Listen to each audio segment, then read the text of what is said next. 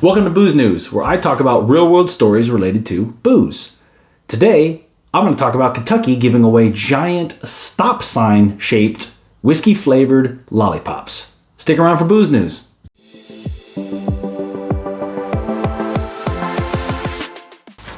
All right, so welcome to Whiskey Bonded. Obviously, I'm Conrad.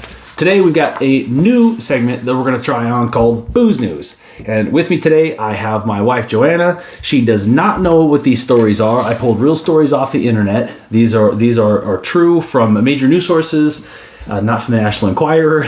And Joanna's got some pictures that she has not seen yet that I'm going to put up in the video, so she'll kind of see them as you're seeing them, so we get a natural reaction to these stories because I think they're pretty funny. So the first story that I found was out of ndtv.com. You ever heard of ndtv.com? No. Okay, so ndtv.com. But it was a story about Pope Francis. Obviously, he travels around the world and visits different places. So he was in Mexico. Okay. And a couple of his Mexican followers asked him about his knee. Because apparently lately he's having problems with sciatica and with his knees. He's getting older and he's having a hard time walking and stuff. So the Pope was quoted as saying specifically, "Do you know what I need for my knee? A little tequila." Oh, interesting. Yeah, so it sounds to me like maybe the Catholic Church might be switching from wine to tequila. The Pope likes his tequila. Maybe. I'll tell you what, if they switch from wine to tequila, we'll be going to church more. For sure. It sounds like they're fun to me. No more grape juice. So, you got your pictures there? Yes, I do. So, recently, thieves stole 184,000 worth of rare whiskeys from a Scottish distillery. I found this article on the Robb Report. Obviously, everyone knows what the Robb Report is. Over the weekend, thieves broke into a Scottish distillery, their guest shop, and made off with 20 bottles of rare whiskeys, according to the Scottish police. The value of the haul, £184,000. Damn. So $229,000. But I did notice some things in the story. Do you see the picture of the whiskey cabinet broken? Yes. Looks a little like Grandma's curio, doesn't it? It's like Grandma Mabel's. So I've got some security tips. This was actually at Glenfarclas, which I'm saying that correct because I got a little help. I actually have an acquaintance on Instagram that is a royal and specializes in Scottish whiskey pronunciations. Well, aren't you fancy? How do I know a royal person, right? Well, how do you know a royal because person? maybe you don't know about this about me, but I too have a royal title. I'm actually and I brought proof here because I didn't think anybody would believe me. I'm actually a Scottish lord. Did you know this? Your name is on there too. I mean, I didn't know. You're a Scottish lady. Right, yeah. So my original idea was to start a distillery. So I had to buy a little bit of land. Makes me a Scottish lord and you a Scottish lady. Right. And I figured we'd do a limited release, some Scotch whiskey. But the problem is, after looking at how big the actual size of the property is, I'd like to announce that it's going to be a very limited release. It's quite a small property, so we're going to do 4 bottles about every 8 or 10 years. That sounds good to me. Look for that. It'll be coming. Probably going to be expensive. The real life Outlander. I think it was like a 10 square foot is what it was. Oh. So we could stand in it. Hugging. Right, so anyway, So anyway, the Glenfarclas distillery, you can see that the cabinet in the Glenfarclas distillery doesn't look very secure. Is this cabinet locked? Or anybody I can don't just walk think that up it matters. and If you'll notice in the story, it says distillery's guest shop. And the Scottish police seemed to indicate that they were surprised that the thieves knew exactly where to find the whiskeys and exactly what the value of them would be.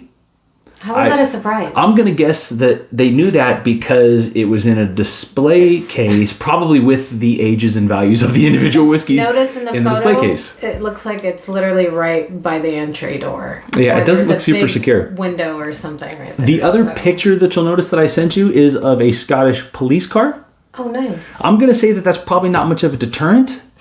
That maybe they should upgrade their police cars. That might help a little bit. I sent you another picture of a police truck from Dubai. Did you get that? This is the Dubai Ford Raptor.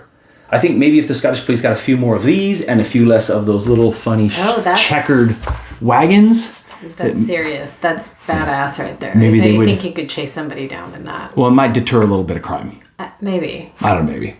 Okay, so this next one is one that I'm quite happy about, actually. The 2022 San Francisco World Spirits Competition, and you'll have that little headline in the pictures that I sent you there, was naming the world's best whiskeys. Yeah. And I found this on Forbes.com. Nice. So I'm going to cite all these articles in the bottom of the video so you can look them up.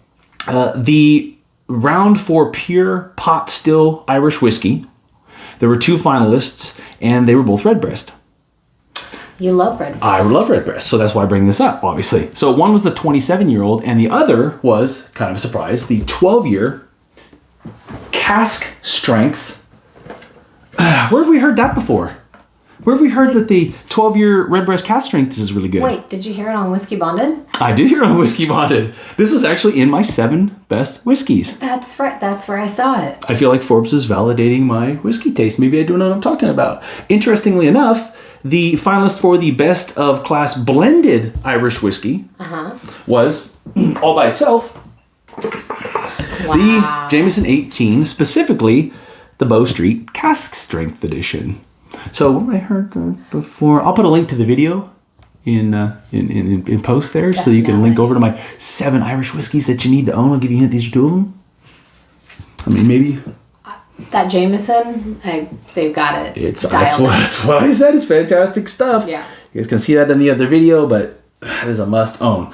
So finally, probably my favorite of these, and I saved it for last, it's a story coming out of Kentucky. I found it on Kentucky.com.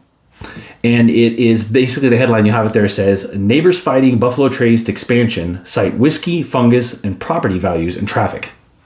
Wait, what now? So Buffalo Trace is looking to expand its distilling operations in Kentucky. They need more space. So obviously you got to put into permit and all that stuff, and they're looking to expand it. Well, the neighbors are fighting it. And the reason they say they're fighting it is, and I have it here, it says whiskey fungus. What's whiskey fungus? So apparently whiskey fungus feeds off of the alcohol fumes that come out of barrel aging. So you get it kind of seeps off and some alcohol fumes come out of it. Okay. And this fungus... And is this dangerous for the people that are living not dangerous for people, but it blackens the trees, and I've seen some pictures of blackened cars, and it blackens things because this fungus is dark colored and it eats and attaches to things. So they're saying that this is a major issue, and they also have concerns about increased truck traffic on 2-lane roads and potential fire hazards from... The fungus? No, from large volumes of delicious flammable liquids all around them nearby. I don't see the problem with that. I don't want to have lots of... I mean, I don't think that whiskey just spontaneously combusts, but as I mentioned in the intro to the video, and I've got a picture there that I sent you. Do you see the stop sign? Yes. The stop sign covered in delicious whiskey flavored fungus. It looks to me like a giant stop sign lollipop. Is the fungus dangerous? Like, can I lick the stop sign and...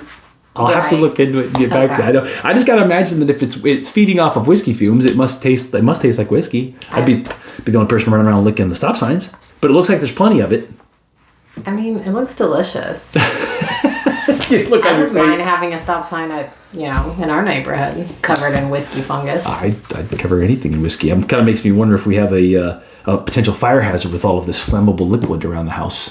I mean, fungus is not really a delicious sounding word, but if whiskey, you call it whiskey fungus, whiskey precedes it. So I'm down you had me at whiskey.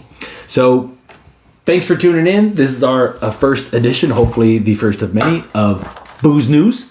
Thank you, Joanna, for being here. Thank you for having me. Hopefully I'll be back unless you fire me and don't want me here next time. But... We'll have you here in the future. If you like having Joanna on, or you like Booze News, like, comment, subscribe, leave me something in the notes. If you want to have more of Joanna, tell me you want more of Joanna, and we'll put her on this side of the camera, and I'll sit on that side of the camera. Or maybe absolutely not. That's not going to be a thing. I'm Conrad. This is Whiskey Bonded. This has been Booze News. Thanks for watching. I need to do one of those David Letterman things. Yes.